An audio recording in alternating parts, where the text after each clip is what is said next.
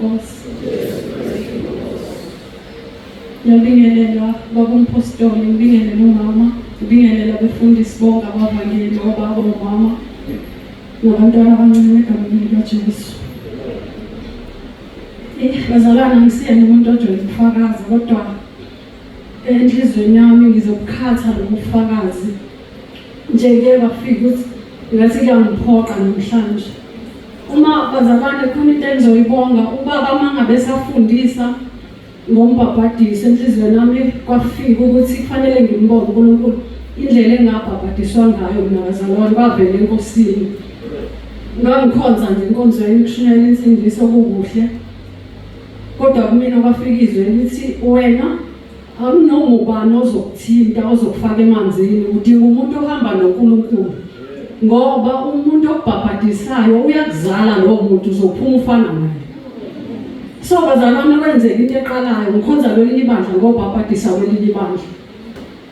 Nje ngathandaza-ke ngamthola umfundisi ohamba noNkulunkulu. Eseqedile ukungibhabhadisa ngabonga ngokunikela, wathi ungangixabanisi noNkulunkulu. Ngabona ukuthi uvele enkosini.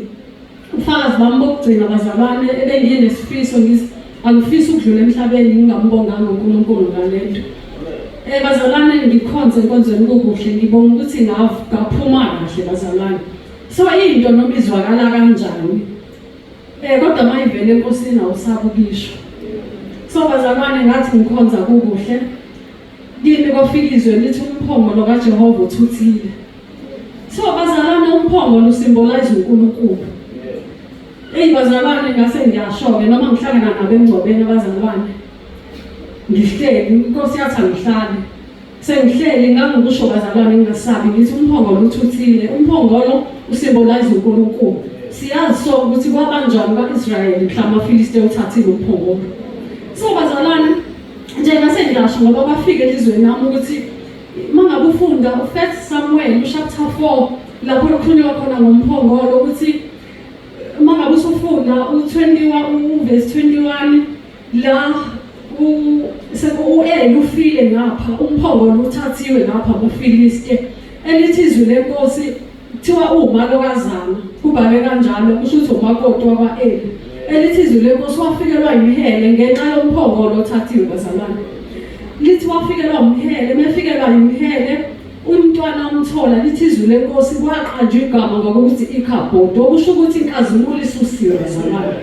So bazalwane, ukususwa kwaleyo nkazimulo nje kwase kuyaqhutsheka ukuthi impela uIsrael, uNkulunkulu, umphongolo ususiwe kwa-Israyeli mawufunda wehla lapho.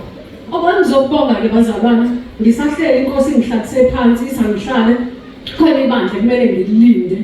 Kwakungayenzi sense bazalwane ukuhlala kwami, kukhona abantu bengibuza sifisa ukukhonza la ukhonza khona. Angikwazi ukutshela umuntu ongakhulile enkosini ngithi inkosi ithi angihlale.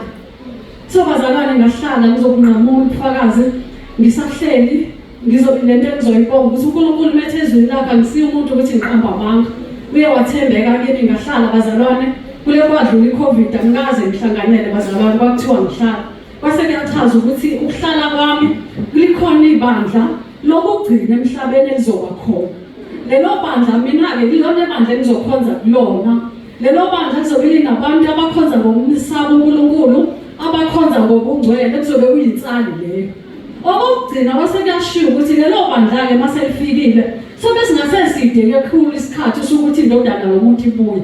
So ngiyambonga uNkulunkulu ukuhlanganise nensana ekugcineni. Sekusala mina mangesogwini bazalwane ngoya ngoba ngithanda. Ngiyabonga ukuthi uNkulunkulu angihlanganise nensana. Ngiyabonga ukuthi lelo bandla selikhona. Kodwa esefikile ubaba uTsibande lengihlala khona ngelinye ilanga ngoJune last year, ngaphinda ngakhunjuzwa ukuthi noma esefikile-ke ungakukhohlwa ukuthi izinsuku zobe sezisondele mase kufike lelo bandla. Lilona-ke leli kulona njengamanje, ngiyambonga uNkulunkulu.